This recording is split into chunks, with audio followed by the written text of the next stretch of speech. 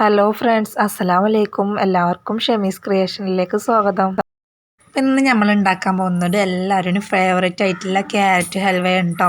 അപ്പോൾ എങ്ങനെയാണ് ഈ ടേസ്റ്റി ആയിട്ടുള്ള ക്യാരറ്റ് ഹൽവ ഉണ്ടാക്കുന്നത് നമുക്ക് നോക്കാം. അപ്പോൾ നമ്മളെ ചാനൽ ആദ്യമായി ആരെങ്കിലും കാണുന്നവരാണെങ്കിൽ പ്ലീസ് ഒന്ന് സബ്സ്ക്രൈബ് ചെയ്യുക. സബ്സ്ക്രൈബ് ചെയ്യുന്നതോടൊപ്പം തന്നെ തൊട്ടടുത്ത് കാണുന്ന ബെൽ ബട്ടൺ ഒന്ന് എനേബിൾ ചെയ്താൽ ഞാനിടുന്ന പുതിയ വീഡിയോസിൻ്റെ നോട്ടിഫിക്കേഷൻ നിങ്ങൾക്ക് ലഭിക്കുന്നതാണ്.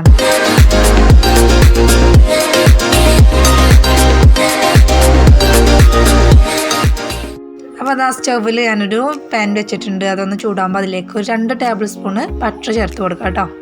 ബട്ടർ ഒന്ന് മെൽറ്റായി വന്നിട്ട് നമുക്ക് ഇതിലേക്ക് ഒരു 1/2 കിലോന് ക്യാരറ്റാണ് കേട്ടോ ഞാൻ അവിടെ എടുത്തിട്ടുള്ളത്. അത് ചോപ്പ് ചെയ്തത് ഇതിലേക്ക് ചേർത്ത് കൊടുക്കാം.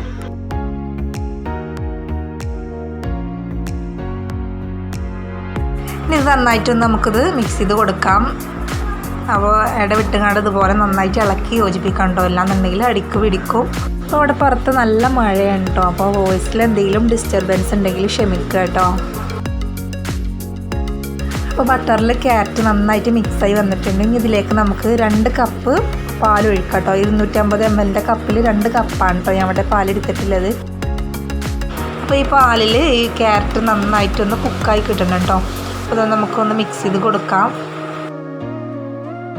അപ്പോൾ അതാ ഏകദേശം പാലൊക്കെ നന്നായിട്ട് ഇങ്ങനെ വറ്റി വന്നിട്ടുണ്ട്.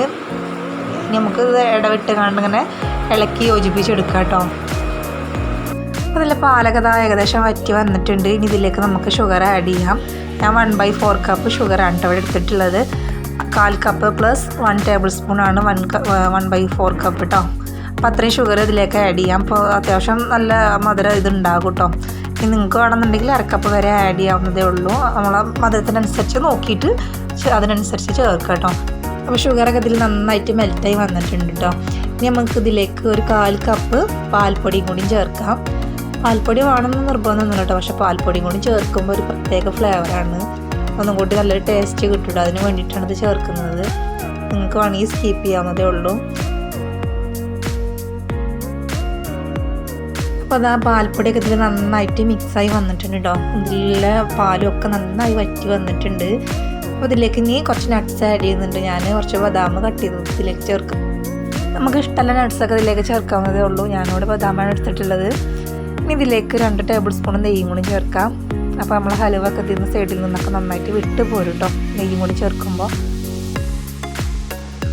അപ്പോൾ ഈ ഒരു പരിവാകുമ്പോൾ നമ്മൾ കൈ വിടാതെ നന്നായിട്ട് ഇളക്കിക്കൊണ്ടേ ഇരിക്കണം കേട്ടോ. അല്ലെങ്കിൽ അടിക്ക് പിടിക്കാനുള്ള സാധ്യത ഉണ്ട്. ഇപ്പോൾ കണ്ടോ ഇതിൻ്റെ നെയ്യൊക്കെ ഇതിൽ നിന്ന് ഇട്ട് മാറി ഇങ്ങനെ വരുന്നുണ്ട്.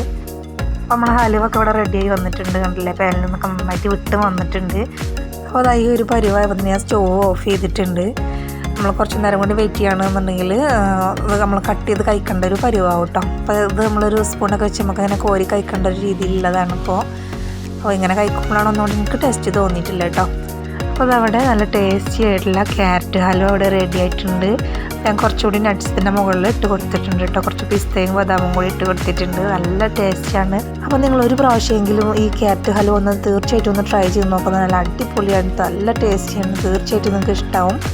അപ്പോൾ ഈ വീഡിയോ നിങ്ങൾക്ക് ഇഷ്ടമായെന്ന് വിചാരിക്കുന്നു. വീഡിയോ ഇഷ്ടമായ ലൈക്ക് ചെയ്യുക. നിങ്ങൾ ഫ്രണ്ട്സ് ആൻഡ് ഫാമിലിക്കൊക്കെ ഒന്ന് ഷെയർ ചെയ്യുക. സബ്സ്ക്രൈബ് ചെയ്യാത്തവരുണ്ടെങ്കിൽ പ്ലീസ് ഒന്ന് സബ്സ്ക്രൈബ് ചെയ്ത് സപ്പോർട്ട് ചെയ്യുക കേട്ടോ.